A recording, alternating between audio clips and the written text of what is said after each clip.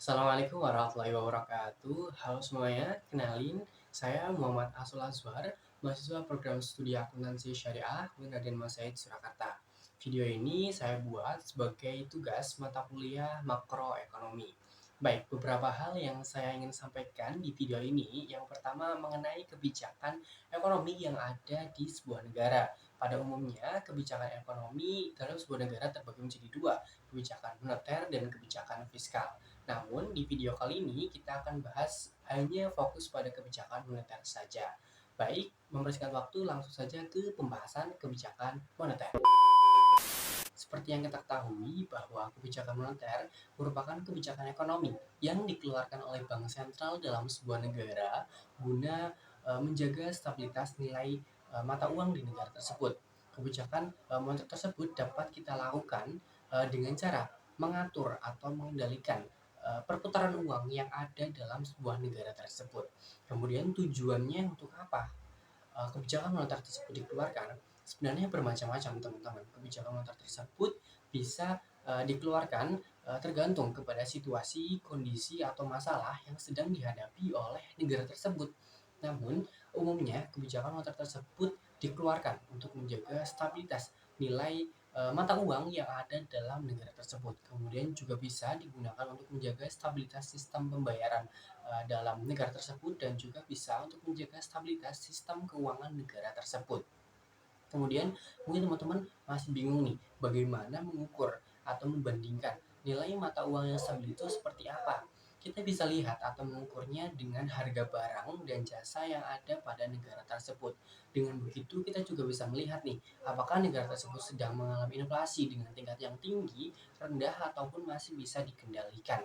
Kemudian kita juga bisa nih membandingkan nilai mata uang tersebut dengan nilai mata uang lain, atau kita bisa membandingkan nilai tukar mata uang tersebut, tukar mata uang negara tersebut dengan mata uang lain seperti itu. Apakah nilainya stabil atau malah turun atau justru malah naik seperti itu. Itu kita bisa lihat. Kemudian kita juga harus tahu nih instrumen-instrumen apa saja yang bisa diterapkan pada kebijakan moneter. Ya, ada beberapa kebijakan moneter atau instrumen kebijakan moneter seperti perantuan bunga diskonto atau diskonto rate, kemudian ada operasi pasar terbuka, kemudian ada juga kebijakan rasio cadangan wajib, kemudian ada perantuan suku bunga acuan, dan yang terakhir itu imbauan moral bahwa lembaga yang berkewajiban untuk mengeluarkan kebijakan moneter juga berkewajiban untuk memberikan pemahaman literasi keuangan agar masyarakat bisa juga menerapkan kebijakan moneter dengan baik dan maksimal.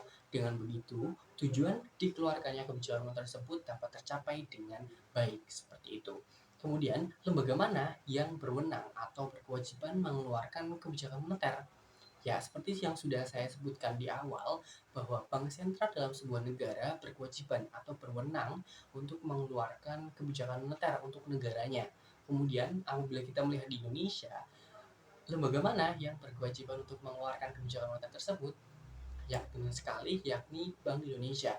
Karena bank sentral di Indonesia yakni Bank Indonesia.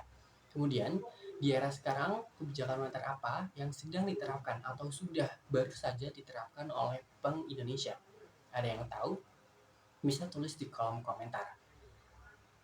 Oke, kita lanjut ke kebijakan moneter yang diterapkan oleh Bank Indonesia.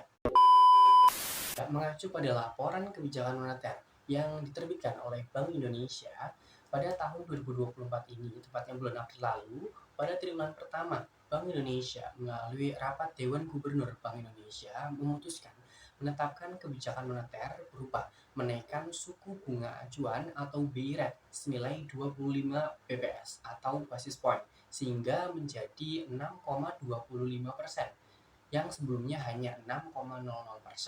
Selain itu, Bank Indonesia juga turut menaikkan suku bunga deposit facility senilai 25% juga sehingga menjadi 5,50% yang sebelumnya hanya 5,25%. Bagi teman-teman yang tidak mengetahui mengenai suku bunga deposit facility, yakni sekilas saja deposit facility atau suku bunga deposit facility merupakan salah satu instrumen kebijakan moneter yang digunakan untuk mengatur likuiditas di pasar uang. Kemudian Bank Indonesia juga turut menaikkan suku bunga untuk lending facility senilai 25 bps juga, sehingga menjadi 7,00% yang sebelumnya hanya 6,75%. Nah, suku bunga lending facility ini sebagaimana teman-teman tahu bahwa merupakan suku bunga yang diberikan oleh bank sentral apabila memberikan pinjaman kepada bank-bank komersial seperti itu. Nah, kebijakan moneter ini Bank Indonesia keluarkan atau Bank Indonesia tetapkan untuk menjaga stabilitas, mengatur stabilitas ekonomi dan inflasi yang ada di Indonesia di tengah dengan kondisi perekonomian global yang tidak pasti, di mana banyak perang-perang yang sedang terjadi dalam kancah global seperti itu. Mungkin itu saja yang bisa saya sampaikan dalam penjelasan mengenai kebijakan moneter yang ada di Indonesia. Semoga apa yang bisa saya sampaikan ini bisa bermanfaat, menambah ilmu dan wawasan teman-teman yang menyaksikan. Sekian dari saya ucapkan terima kasih. Wassalamualaikum warahmatullahi wabarakatuh. Sampai ketemu di video berikutnya.